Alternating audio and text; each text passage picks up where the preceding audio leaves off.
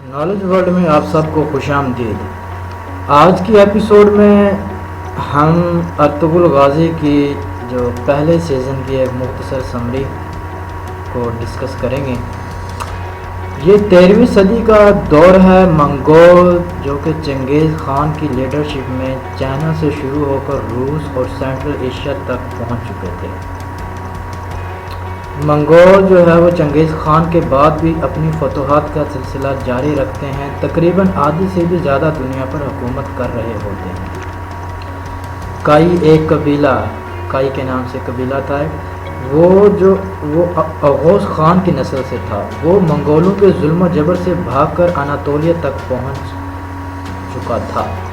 یہ بیسیکلی چرواہے ہوتے ہیں۔ یہ چرواہے آگے چل کر ایک ایسی عظیم سلطنت کی بنیاد رکھتے ہیں جو کہ 600 سال تک قائم رہتی ہے اور وہ 4 براعظموں تک پھیلی ہوتی ہے، اور جس کے ٹوٹنے پر تقریباً 70 کنٹریز اور ٹیریٹریز وجود میں آتی ہیں۔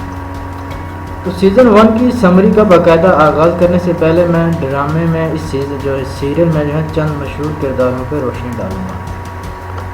سب سے پہلا ڈرامے کا سیریل کا کردار ہے ارطغرل غازی۔ ارطغرل جو تھا عثمان کا والد ہے، وہ تقریباً 400 ٹینٹس کے ساتھ مغرب کی طرف نکلتا ہے اور وہیں جا کے ایک عظیم سلطنت عثمانیہ کی بنیاد رکھتی ہے۔ اگلا کردار اس ڈرامے میں ہے وہ ارطغرل کے 3 جانسار دوست، جن کے نام یہ نورگل، روشان اور بابر ہوتے ہیں۔ یہ تقریباً ہر جنگ میں، ہر لڑائی میں ارطغرل کے ساتھ ہوتے ہیں۔ تیسرا کردار سلمان شاہ کا ہے۔ سلمان شاہ کے 4 بیٹے ہوتے ہیں۔ ارطغرل تیسرے نمبر والا بیٹا ہوتا ہے۔ اس سے بڑے اس کے 2 بھائی ہوتے ہیں، جس کا نام سارم اور گلداردو ہوتا ہے، اور ایک چھوٹا بھی ہوتا ہے ارطغرل کا، جس کا نام زنجان ہوتا ہے۔ تو اگلا کردار وہ سلمان شاہ کی بیوی کا ہے، جو کہ حیمہ خاتون ہوتی ہیں۔ حیمہ خاتون ایک بہت ہی رحم دل خاتون ہوتی ہیں۔ وہ خیمے میں ایک مادر آف دا پیپل کے نام سے جانی جاتی ہیں۔ تو اگلا جو اس میں کردار ہے وہ ہے حلیمہ سلطان کا۔ حلیمہ سلطان ارطغرل کی بیوی ہوتی ہیں، وہ سلجوق شہزادی بھی ہوتی ہیں ایک طرح کے، اور جو ہے وہ پورے سیریل میں ارطغرل کو آپ کو سپورٹ کرتی ہوئی نظر آئیں گی۔ ارطغرل کو وہ ہر لحاظ سے سپورٹ کرتی ہے۔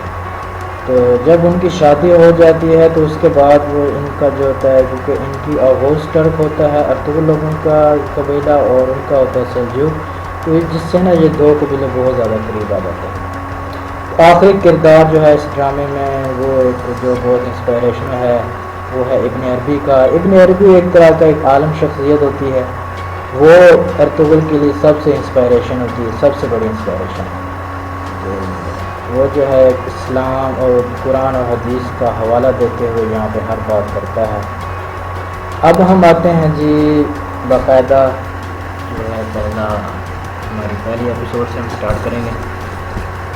سلمان شاہ کئی قبیلے کا سربراہ ہوتا ہے، تو اس کے 4 بیٹے ہوتے ہیں۔ سب سے بڑا بیٹا سارم جو ہوتا ہے وہ جاسوس ہوتا ہے، سلطان کا خفیہ۔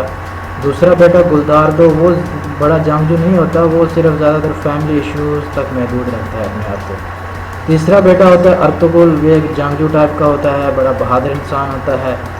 اور اس کا ایک چھوٹا بھائی ہوتا ہے وہ زنجان، جو اسٹڈی کی وجہ سے کہیں باہر گیا ہوتا ہے۔ ارطغرل اس پہلی ایپیسوڈ کے سٹارٹ میں اپنے 3 جانسار دوستوں کے ساتھ جنگل کی طرف نکلتا ہے شکار کے لیے، تو وہاں ان کی نظر ایک فیملی پہ پڑتی ہے جن کو عیسائی یرغمال بنا رہے ہوتے ہیں۔ وہ فیملی اناطولیہ کے سلطان کے بھائی نعمان آفندی کی ہوتی ہے، اور عیسائی اسے اس کی بیٹی اور بیٹے کے ہمراہ یرغمال بنا رہے ہوتے ہیں۔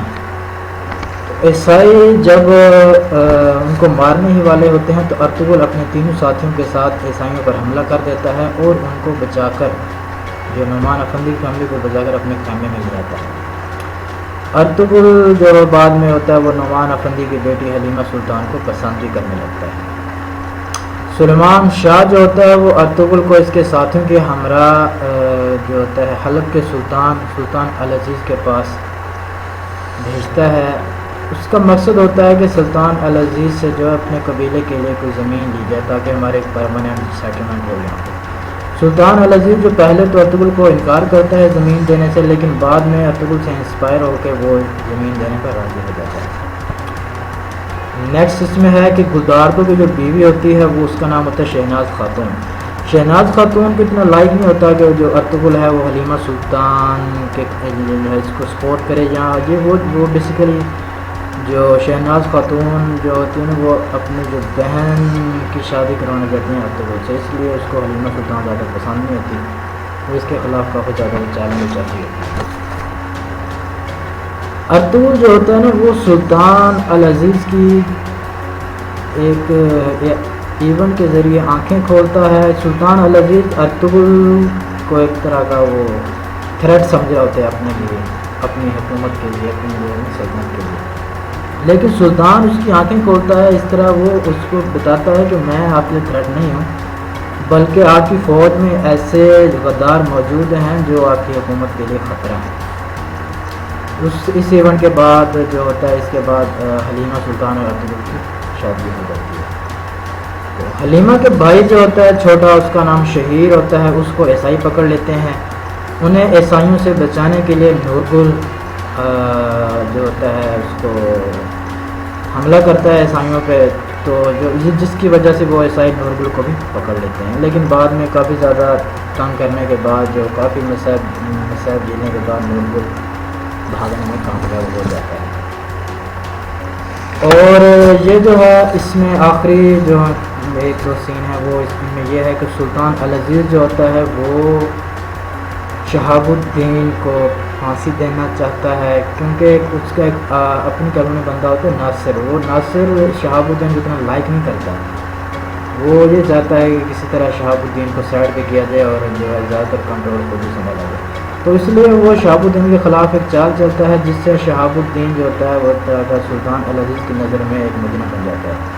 تو سلطان العزیز اس کی پھانسی کا اعلان کرتا ہے۔ جو ہی پھانسی کا اعلان ہوتا ہے تو ارطغرل اپنے ساتھیوں کے ساتھ اس کو بچانے میں کامیاب ہو جاتا ہے۔ ارطغرل ایک طرف تو مسلمانوں کی آپس میں خانہ جنگی کا مقابلہ کرتا ہے، اور دوسری طرف وہ عیسائیوں کو ہر طرح سے ناکام بنا دیتا ہے۔ عیسائیوں کو ناکام کرنے کے بعد جو ہوتا ہے وہ سلمان شاہ کی لیڈرشپ میں کئی قبیلہ عیسائیوں کے سب سے بڑے قلعہ کالیشیر کو فتح کر لیتے ہیں، جس سے ان کی فتوحات کا ایک سلسلہ شروع ہے۔ تو یہی ہوتا ہے پورے سیزن 1 میں۔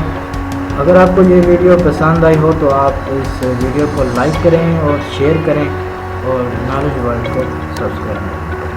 Thank you.